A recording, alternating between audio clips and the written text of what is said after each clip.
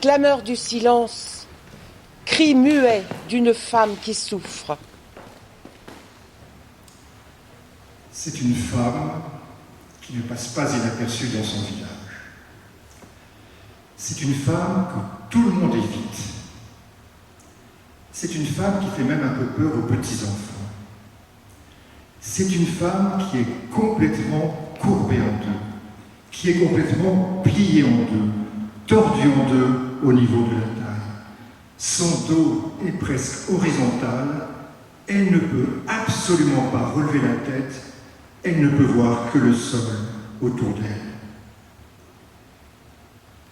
Son corps la fait souffrir à chaque instant. Même la nuit, quand elle arrive enfin à s'endormir, elle est réveillée peu de temps après par son corps tordu qui lui fait mal. Cela fait 18 ans que cette femme est ainsi courbée. Cela fait 18 ans que cette femme ne peut plus voir le visage de ses voisines, ni les branches des arbres, ni le ciel. Quand on parle d'elle, tout le monde dit « la femme courbée » ou même « la courbée ». La plupart des villageois ont même oublié son nom et la forme de son visage, caché par son voile. Dès qu'elle sort de chez elle, des enfants lui crient « la courbée, la tordue ». Toutes ses voisines se retournent sur son passage et elles chuchotent entre elles. Elles se demandent bien quel péché grave elle a dû commettre pour se retrouver ainsi courbée en deux. À moins que ce ne soit ses parents qui aient péché. Du coup, elle est rejetée par tout le monde, plus personne ne lui adresse la parole, elle est vraiment mise à l'écart, et cela dure depuis 18 ans. Ce jour-là, c'est un jour de sabbat. La veille, un rabbi et ses disciples sont arrivés au village. Ils sont en chemin vers Jérusalem. Plusieurs marchands ambulants en ont déjà parlé aux villageois. Ce rabbi, il s'appelle Jésus. Il dit que le royaume de Dieu s'approche et en plus, il guérit de nombreux malades, des lépreux, des aveugles, des femmes qui perdent leur sang, des personnes possédées par un démon. L'un des marchands ambulants a même vu ce Jésus guérir un homme paralytique. Il a vu l'homme guéri repartir chez lui en louant Dieu et en chantant son brancard sous le bras.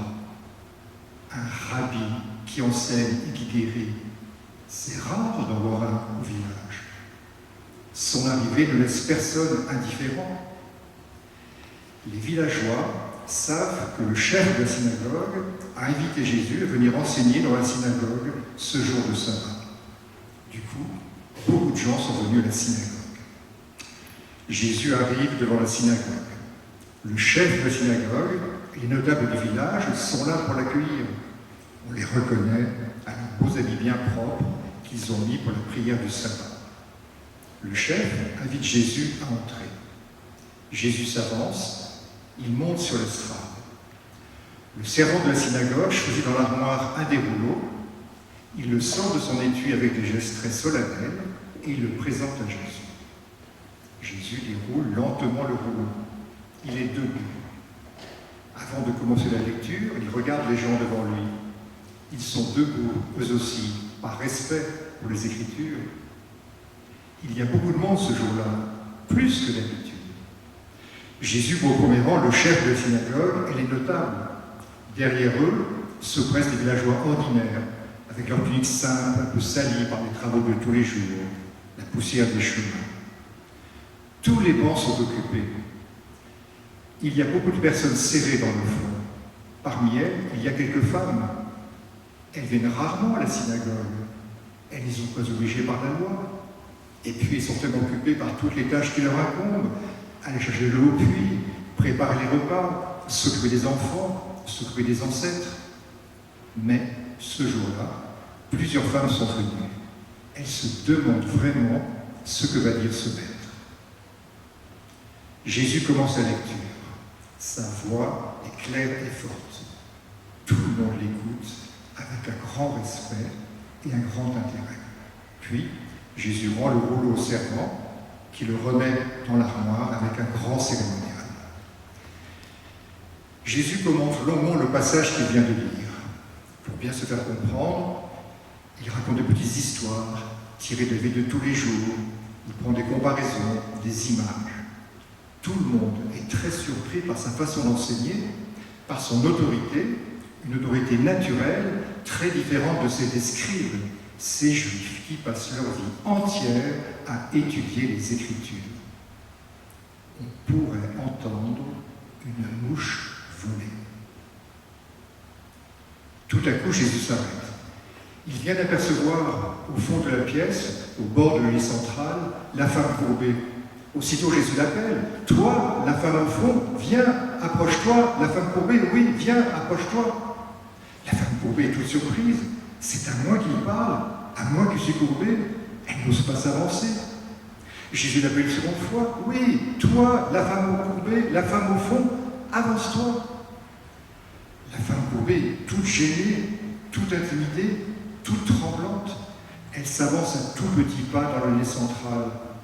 Les gens sont très surpris et observent la femme courbée qui s'avance. La femme courbée s'arrête devant l'estrade. Elle ne voit que les pieds de Jésus. Jésus descend de l'estrade, il s'approche de la femme, il pose ses deux mains sur le dos de la femme. « Femme, te voilà libérée de ton infirmité. » Aussitôt, la femme courbée ressent en elle comme une vague de chaleur qui parcourt tout son corps, depuis ses orteils jusqu'à la racine de ses cheveux. Son corps qui était bloqué, plié, courbé, tordu, se redresse lentement, se délie, se redresse vertèbre par vertèbre. Les gens n'en croient pas leurs yeux. Cette femme qui était courbée depuis 18 ans, voilà qu'elle est maintenant relevée, elle est redressée, bien droite sur ses deux jambes. Elle regarde Jésus, elle le voit pour la première fois. Jésus l'a délivrée de son infirmité. Elle regarde Jésus dans les yeux, elle lui sourit, elle rend grâce à Dieu. À ce moment-là, le chef de la synagogue se lève. Il est choqué, il est indigné, il est scandalisé parce que Jésus a fait une guérison le jour du sabbat. Il est rouge de colère, il serre les poings et la mâchoire. Il n'ose pas faire de reproches directement à Jésus. Alors il se retourne, il s'adresse à l'assistance, il l'invective. Il y a 6 jours dans la semaine pour travailler. C'est donc ces jours-là qu'il faut venir pour vous faire guérir. Et pas le jour du sabbat. Pas le jour du sabbat. Les notables autour du chef approuvent de la tête.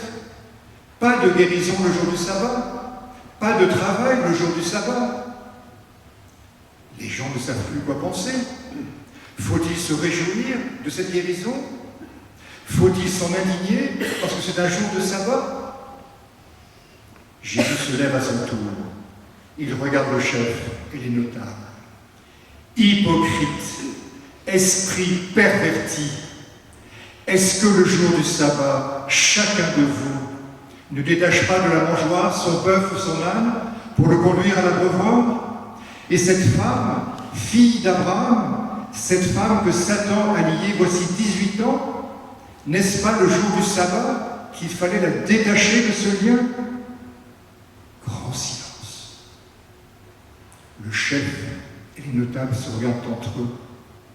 Ils ne savent pas quoi répondre. Ils sont couverts de honte. Alors la foule se réjouit des merveilles qu'a fait Jésus. La femme qui était courbée regarde tous ces visages qu'elle observe, quelques-uns renfermés, renfrognés, mais la plupart tout joyeux. Elle est guérie, mais en plus, elle vient d'entendre qu'elle est une fille d'Abraham. Elle fait partie à part entière avec les fils d'Abraham, de ce peuple élu, de ce peuple choisi par Dieu, une fille d'Abraham, à égalité avec les fils d'Abraham. Elle en laisse tomber sa canne par terre. Elle marche vers la porte de la synagogue, d'un pas décidé. Elle se sent heureuse, légère et libre. Son corps ne la fait plus souffrir, ses douleurs ont disparu. Elle sort de la synagogue, elle regarde autour d'elle, Elle est émerveillée par tout ce qu'elle voit. Elle voit à nouveau des villageois, des villageoises, des maisons, des arbres. Elle voit le ciel. 18 ans qu'elle ne voyait que le sol et la poussière. Mon Dieu, que c'est beau! Merci, mon Dieu! Gloire à Dieu! C'était la femme courbée d'après l'évangile de Saint Luc.